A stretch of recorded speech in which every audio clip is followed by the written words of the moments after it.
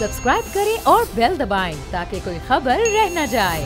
मैं ज़रा बिलावल साहब ने कुछ फरमाया, मैं ज़रा सेनेटर साहब के सामने रखा कि जी हम लानत भेजते हैं फलां किस्म के सियासतदानों पे। क्या कहा बिलावल साहब ने, दिखाएं। जब तारीखी गुर्बत है, जब तारीखी बेरोजगारी है, इन्होंने इस वक्त चुना है कि हम बेनज़ीर इनकम सपोर्ट प्रोग्राम से 9 लाख लोग को फारिग कर देंगे। हम लानत भेजते हैं इस किस्म के सियासतदानों पे, इस किस्म के सियासतदानों पे जो पाकिस्तान के गरीब अवाम, इस मुआशी सूरत हाल में पाकिस्तान के गरीब अवाम को लावारिस छोड़ सकते हैं। सेनेटर साहिबा, सिंध के सियासतदान इसमें शामिल हैं या सिंध उस लानत का इतलाक सिंध के ऊपर नहीं होगा? देखें, बात गरीब तो पूरे मुल्क में बसते हैं। देखें, बात सिंध या पंजाब की नहीं है, बात इस बात की है कि एक प्रोग्राम जो इंटरनेशनली रिकॉग्नाइज था, आपने एक सोचे समझे मंसूबे के तहत उसको मिलाइन किया और मिलाइन करने के बाद आपने उसका नाम बदला। ठीक है, आप मतलब ये आपकी अपनी इंटरनल इनसिक्योरिटी है। और फिर के ऊपर डाका डाला कि आपने उसमें से वो लोग जो कि उससे कोई किसी किस्म की मदद पा रहे थे, आपने उनको निकाल दिया। देखिए, ये बहुत बुरी सियासत है, ये बहुत गंदी सियासत है। यानी मैं ये समझती हूँ कि ये हुकूमत किस नहज पे जारी, कब तक आप पुरानी तख्तियों पे नई तख्तियाँ लगाएंगे?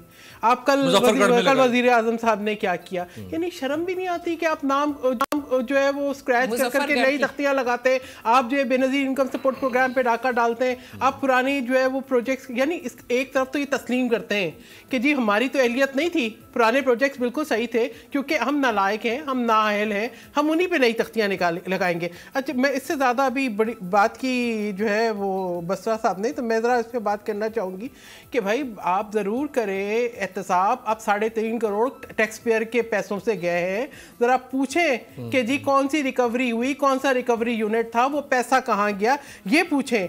फिर पैनामा केस में जहांगीर तरीन का नाम था। आप यानी जितना खर्चा हुआ उतनी भी रिकवरी नहीं, उतनी भी नहीं हुई। ठीक है ना, रिकवरी क्या होनी है? अभी आप ये बताएं कि ये कहते हैं कि जी अदलिया के पास जाएं, क्या किया इन्होंने अदलिया के साथ? यानी एक मुअज़्ज़िज़ सुप्रीम कोर्ट के जस्टिस की फैमिली की तहकीकात करा रहे हैं आप, जिसका आपको मैं समझती हूँ कि legally it's not in your domain.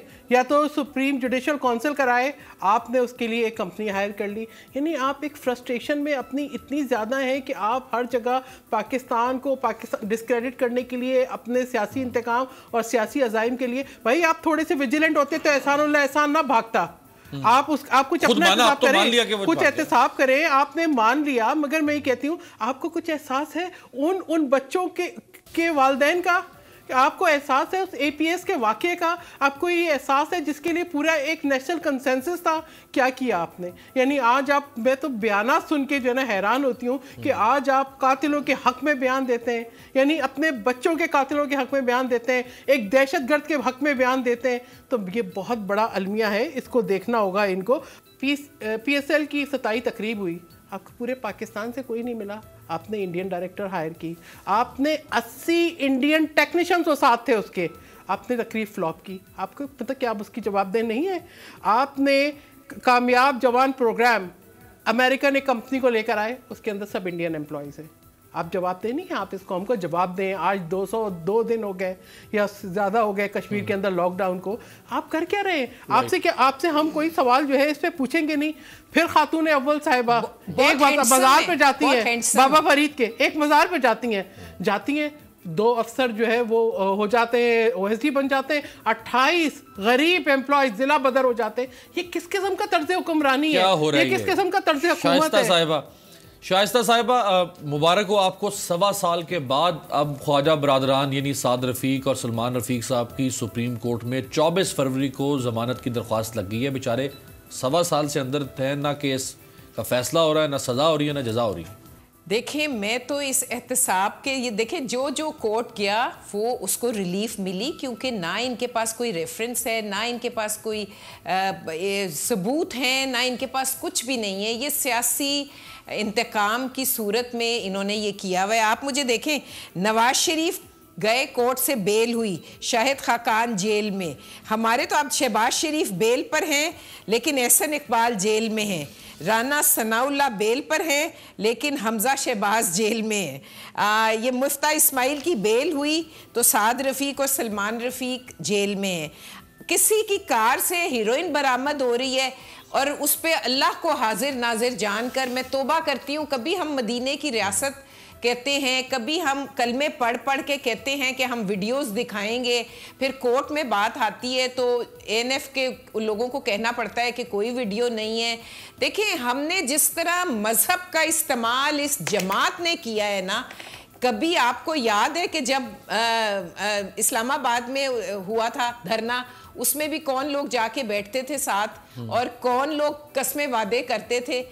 ان لوگوں نے ہر چیز یہ اقتدار حاصل کرنے کے لیے کی ہے, لیکن نہ کوئی ہوم ورک تھا, نہ کوئی عقل ہے, نہ کوئی سمجھ ہے, نہ کوئی ان کا خیال ہے کہ یہ بھی کرکٹ ہے. اور آج وہ جو کرکٹ کے ہیرو تھے, اگر وہ آج بھی کرکٹ کھیلیں تو اس میں بھی زیرو ہوں گے.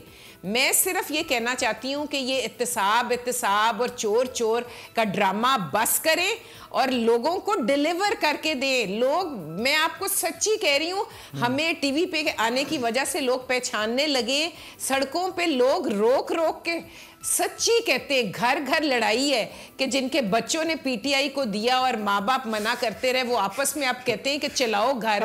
لوگ سڑکوں پہ کہتے ہیں کہ خدا کا واسطہ باجی ساڑی جان چھڑاؤ. اور یہ بسرا صاحب پتہ نہیں کس وقت کی باتیں کر رہے ہیں کہ کورٹ میں جاؤ تو یہ اور نوچ لیا. میں کہتی ہوں آپ یقین مانیں میرا بھائی, یہ سکرپٹ میں سن کے اب تو مجھے بھی رٹ گئی ہے کہ انہوں نے کیا کہنا ہے. ان کو بولیں بس کر دیں اور اب ڈیلیور کریں. اور میں آپ کو ایک اور بات بتاؤں, وہ جو ہمارے بہت سادہ سے بزدار صاحب ہیں جو ابھی میرا خیال آن جاب ٹریننگ پر ہیں, وہ اتنے سمجھدار ہیں کہ انہوں نے اپنے جو فوڈ کنٹرولرز ہیں نا تمام ڈسٹرکٹس میں, وہ اپنی پسند سے لگائے ہیں. اور جب ان کو کہا گیا کہ آپ مطلب بیوروکریٹس نہیں کر رہے تھے ٹرانسفرز اور ان کو نہیں لگا رہے تھے, تو ان کو کہا گیا کہ آپ لکھ کے بھیجے سمری. تو وہ اتنے سادہ ہیں کہ انہوں نے لکھ کے بھیجے, لیکن انہوں نے کیوں لگوائے یہ فوڈ کنٹرولرز؟ یہ کون لوگ ملوث ہیں؟ یہ جو سب سکیم ہوا ہے ویٹ کا, چینی کا, اس میں کون لوگ ہیں؟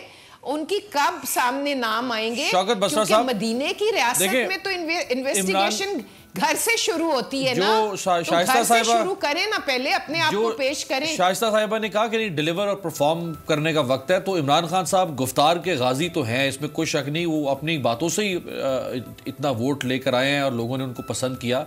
لیکن اب تو سیاسی کردار کے غازی ہونے کی, ہینڈسم بھی چلے ہو گئے, ایک اور ان کو لگ گیا تمغہ, لیکن اب تو پرفارم کرنے کا یعنی کردار کے غازی بننے کی بات ہے. امیر عباس, میں نے کسی کو انٹرپٹ نہیں کیا, تو خدا رہا انہیں کہیں کہ انٹرپٹ تو نہ کریں نا, میں بات مکمل کر لوں. دیکھیں امیر عباس, پہلی بات تو عمران خان صاحب پر الزامات لگائے, یہ وہی عمران خان ہیں جن کو پاکستان کی سپریم کورٹ نے صادق اور امین ڈکلیئر کیا. میرے خیال میں اس کے بعد تو ان دونوں کو جو ابھی انہوں نے سنایا تھا نا, مصرا کسیانی بلی کھمبا نوچے, ظاہر ہے ان کو وہاں پر جو خطابات سپریم کورٹ نے یا عدالتوں نے دیے ہیں, پھر ظاہر ہے اس طرح کا تو ڈیفینس یہ لیں گی. اچھا, اب دوسری بات آ گئی, بار بار ان کو غریب کا اور غربت کا بڑا غم ہے. بہن کہہ رہی تھی گلی محلوں میں لوگ ہمیں کھڑے ہو کر پوچھتے ہیں کہ مہنگائی بہت ہو گئی ہے. ہاں فیکٹ تو ہے, لیکن یہ دونوں خاندان اپنا 50% پاکستان کو دے دیں, واپس کر دیں جو انہوں نے مال بنایا ہے, تو یقین مانے قرضے بھی اتر جائیں گے اور غربت بھی کم ہو جائے گی. پرابلم تو یہی ہے کہ جب اپنے گھر کو اب خود لوٹنا شروع کر دیں تو یہ حالات آ جاتے ہیں. آخر 70 سال کا عرصہ ہے, کچھ آمریت رہی, کوئی دونوں جماعتوں نے جس طرح سے بے دردی سے لوٹا, اور آج یہ خوش ہو رہے ہیں کہ جی غریب جو ہیں چیخیں مار رہے ہیں. بھائی مجھے تو یہ سمجھ آتی ہے کہ غریب جو ہیں وہ تو امیروں کے گھروں میں داخل ہو جائیں گے جو حالات ہیں ان کے, چونکہ وہ آپ کی وجہ سے نوبت کو پہنچے ہیں, تو انشاءاللہ ڈیلیور کریں گے. آپ دیکھ لیجئے پرائم منسٹر کل ساؤتھ پنجاب کے ڈسٹرکٹ لیا میں گئے.